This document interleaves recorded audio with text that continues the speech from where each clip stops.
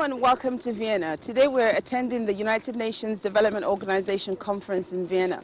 Matters of importance to Africa are being discussed here. Climate change, agricultural development. Why don't we go inside and speak to those who are in charge, who are making the big decisions that affects all of us in Africa. Come inside with me.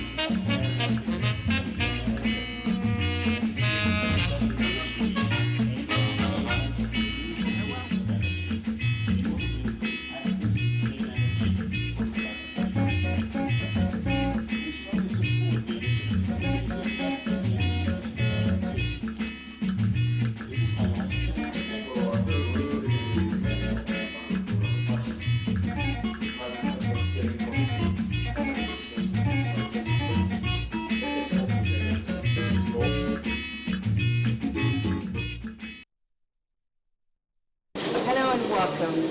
Today we have the privilege of speaking to Mrs. Ba, the Minister for Industry and SME in Guinea. Hello, Minister, and welcome.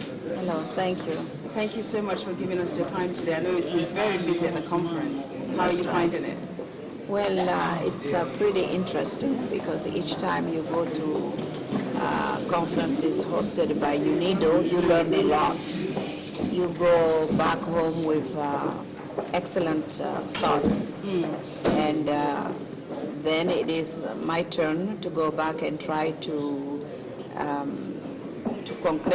concretize these, to make them concrete. Yes. Yes. Okay. Now, before we go into UNIDO and the conference, I'd like to ask you a little bit about your background, because I know that you worked with the U.S. African Development Foundation. That's right. Can you tell us a little bit about what that was and what you did? Yes. Yes, indeed. I have worked actually for 33 years for the U.S. government. I worked for USAID for about 8 years, and then I moved on to the United States African Development Foundation, which is a foundation established by the United States Congress in 1978. In 1980, the legislation was passed, and it became operational in 1984. Myself, I started there in 1988, and I was regional director for several African countries. At one point, I had oversight over 26 countries. And then there was a reorganization, and then I was entrusted with several of the West African countries, French-speaking as well as Lusophone countries such as Cape Verde. So I know Africa pretty well, I can say, from Senegal to Botswana to Lesotho and so forth. Okay. Yes. So you have vast experience in representing Africa, not just from within Africa, but from outside of Africa. Yes, from outside Africa, because I was based, my workplace was in Washington, D.C., although I lived in the Maryland, in the Maryland area. But I traveled to Africa almost practically every 2 months. I was in Africa, where I spent about between 4 to 6 weeks talking with grassroots communities, small and medium enterprises, together with them to see what are their needs in terms of development, so that they can help grow the local economies and themselves increase their revenues, and therefore improve the living conditions of the populations So did the U.S. Foundation create a lot of businesses, small, medium-sized businesses within Africa? Yes. Through your work? Yes, I must say that my experience working for the federal government has been really enriching. As I said, for a period of 33 years. But the most exciting period was when I was with the United States African Development Foundation, because it's a small agency that is financed entirely by the federal government, and however, it is freer than USAID because it does direct assistance to the populations of Africa without going through the local governments, because we just believe in the participatory manner of helping, and also we believe that Africans know what they need. It's only the resources that they are lacking. Therefore, we provided the financing of their businesses directly to them. They opened up a bank account. They will open up a bank account, and we will wire the money into that bank account, and they will spend the money according to the agreed on budget to, as I said again, to conduct their various activities. We have grown a lot of businesses from cotton processing. You know, for instance, in Mali, we funded a project where they had never ever undertaken such an activity, that is to take the raw cotton, whiten it, and in other words, process it a little bit before selling it to Europe, particularly to French companies, that in turn will transform that same cotton into cosmetics products and so forth and ship it back. And we have funded printing shops, we have funded fisheries, you know, all sectors of the economy, as long as these activities that are going to be undertaken by the entrepreneurs are income generating. Right. We did not fund the infrastructure. Like we did not build the hospitals, we did not build the roads, except if the road will provide access for the products to be sold to the local markets. Wow. In other words, from the field to the local markets. If the community did not have any feeder road, we call that a feeder road, then we will be able to build it, or also build the boreholes for water and so forth. Yes. Fantastic. I suspect it's as a result of your expertise in that area that you're now the minister in Guinea, your native country. Yes. As the Minister for Trade and small, medium-sized enterprises. Right. So, as the minister, you're here. Now, the buzzword around here, as I continue to say and as I've learned, the new industrial revolution. Now, you presented a paper yesterday Yes. On this new industrial revolution. And in your opinion, you believe that Africa needs to begin to create international, better international dialogue. Yes. Tell me a little bit about that, because I'm thinking that by now we already have international dialogue. Does it not? Yeah, we do have international dialogue, but this dialogue is not exactly the way it should be. We have to improve the quality of the dialogue. When I say the quality, that is for the northern countries, the most developed countries, to listen to what Africa wants and not come to Africa with pre-packaged programs that they think will help Africa get out of poverty.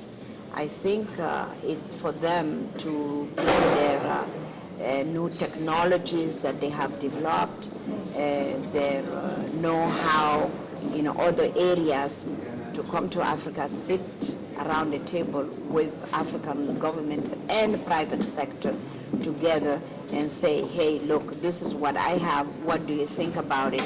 What are your needs? And together, then prepare a program, a development program together. The key points here to retain are environmentally sustainable development is essential for peace and prosperity. The challenge of achieving environmental sustainable development is compounded by the economic, financial, and social problems besetting the developing countries. The multilateral organizations must be reinforced for sustainable development, for sustainable global development and peace. Africa must move from raw material exports to high value added industries to address the challenges. This requires action on many fronts: political, infrastructure, educational, scientific, and legal. Thank you. Thank you very much indeed, Minister. Minister, before you go for the moment, I'm struck by the fact that so much of what you said, we need to do this, we need to do that. We have been saying that, with all respect, for a long time. Improve the productive and trade capacities of Africa. And people still talk about the unfair terms of trade and so on and so forth, and that can be tackled, as you say, by looking at the international framework. But the question to you is this: when you're looking at it internally, you know, we know about Africa producing the cocoa, Ivory Coast, Ghana, wherever it may be, and then the chocolate being made, high value added in European countries and so on. Just what has been the main obstacle in your view to Africa moving away from that development paradigm? Because it's still the case. What are the obstacles, do you think? I would say, in general, particularly in my own country, we lack adequate infrastructure. Energy is missing. But still, I think those factors should not be a hindrance to tackling the task of developing the various sectors of the economy. I think that most of our countries are agricultural-based economies.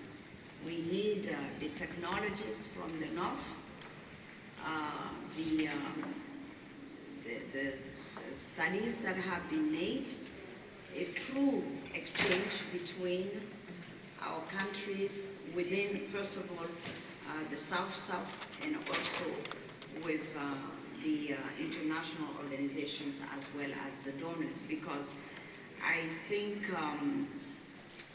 we go to several meetings, international meetings, and quite often donors and international organizations, they come with packaged deals that they are ready to deploy in your own country without consulting you, without sitting with you together to assess your needs.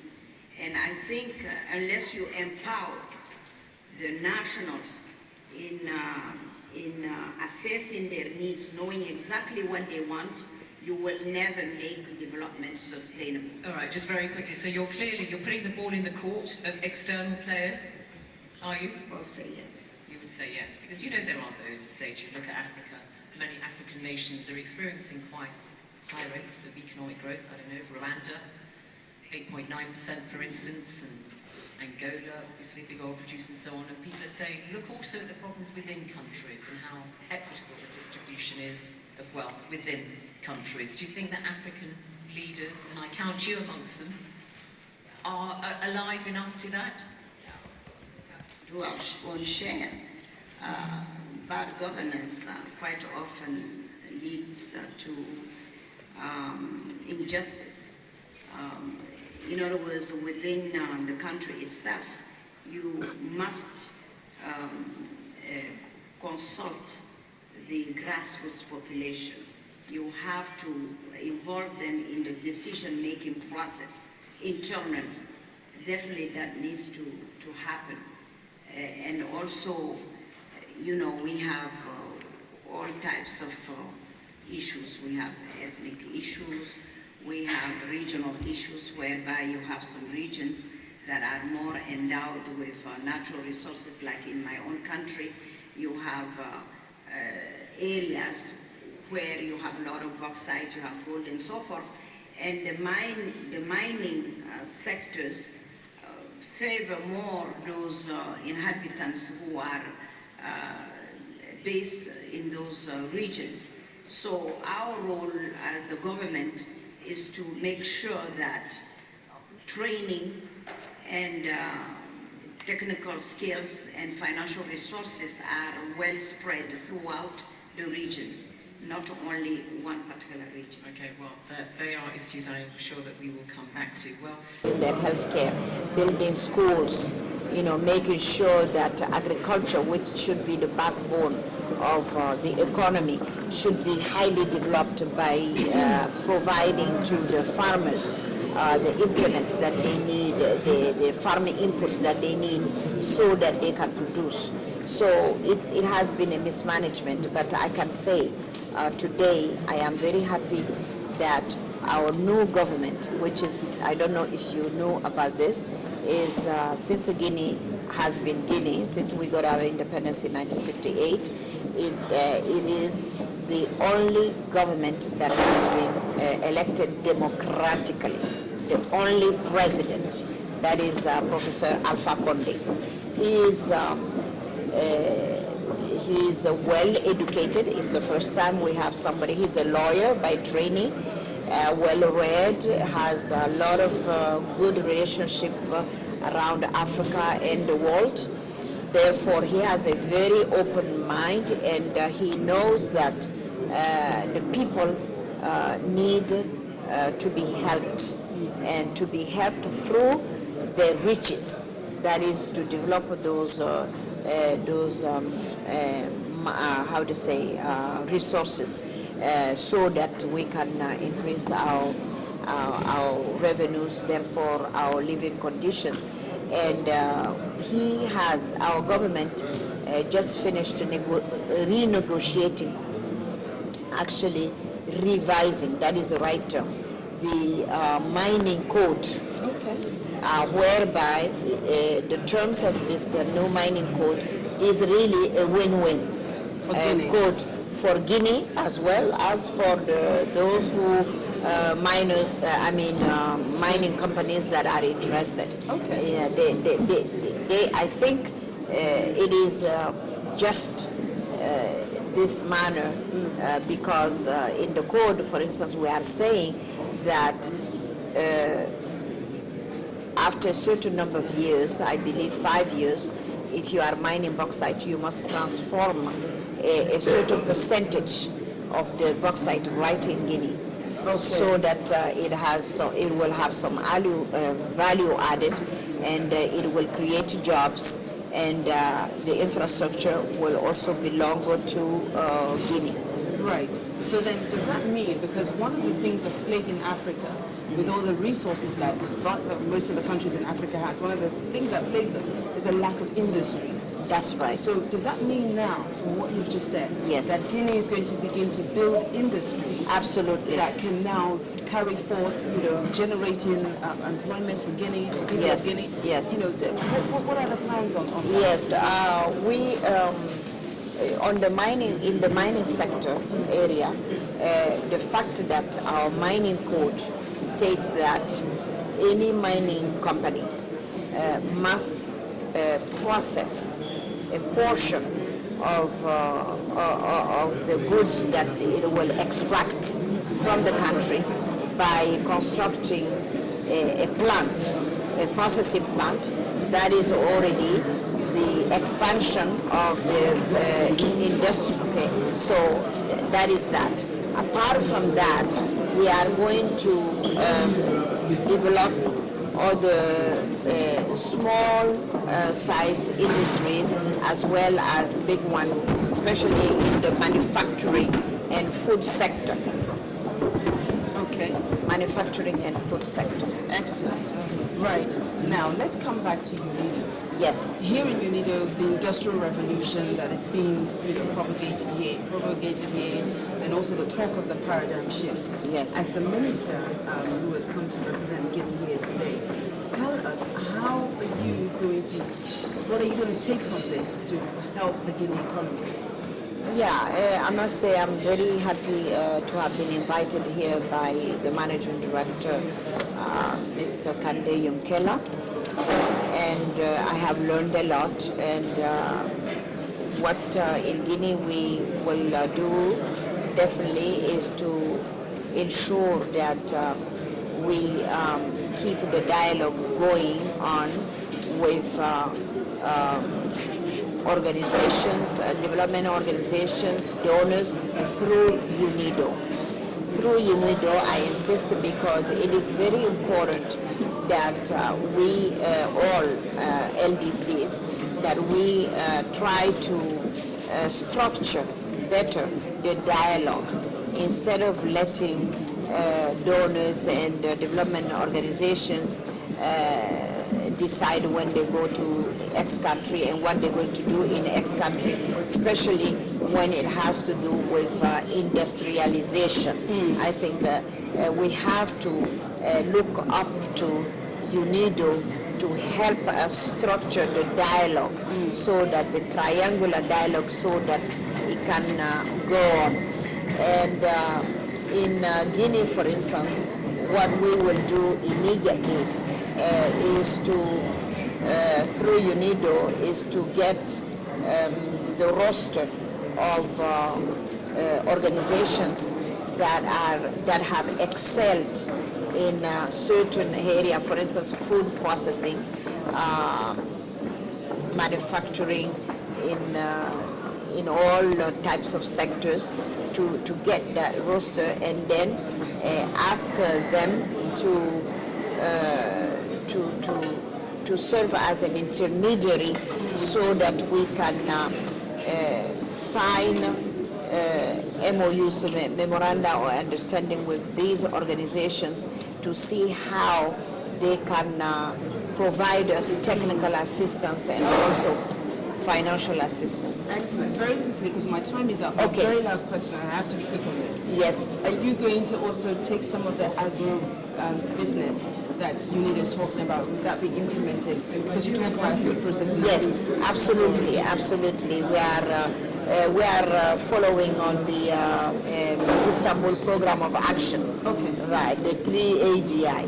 So Guinea will be following that program and will ensure that it is implemented the way it should be. You know, we are focusing on 8 areas of the Istanbul Program of Action. So how long is your term of office? How long? Yes, is your term of office? Well, I don't know. Is it for 4 years, 5 years? No, our president is elected for 5 years. 5 years. Yes. So in 5 years' time, when we come to Guinea, Yes. we hope to see a lot of improvement. Absolutely. Thank you very much.